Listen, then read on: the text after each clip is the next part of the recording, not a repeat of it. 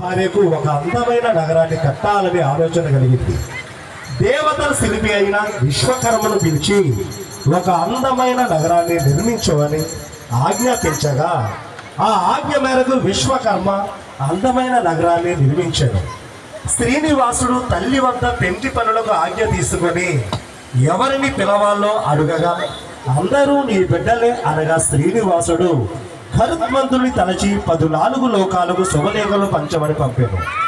వచ్చిన దేవగణాలందరూ శ్రీనివాసుని పెళ్లికి అవసరమైన పనులన్నీ చకచకా చేస్తున్నారు. అగ్నిదేవుడు వచ్చిన వారందరికీ విందు భోజనాలు ఏ విధంగా ఏర్పాటు చేస్తారో ఇప్పుడు మన భజన మండలి వారు మీకు చక్కగా వివరిస్తారు.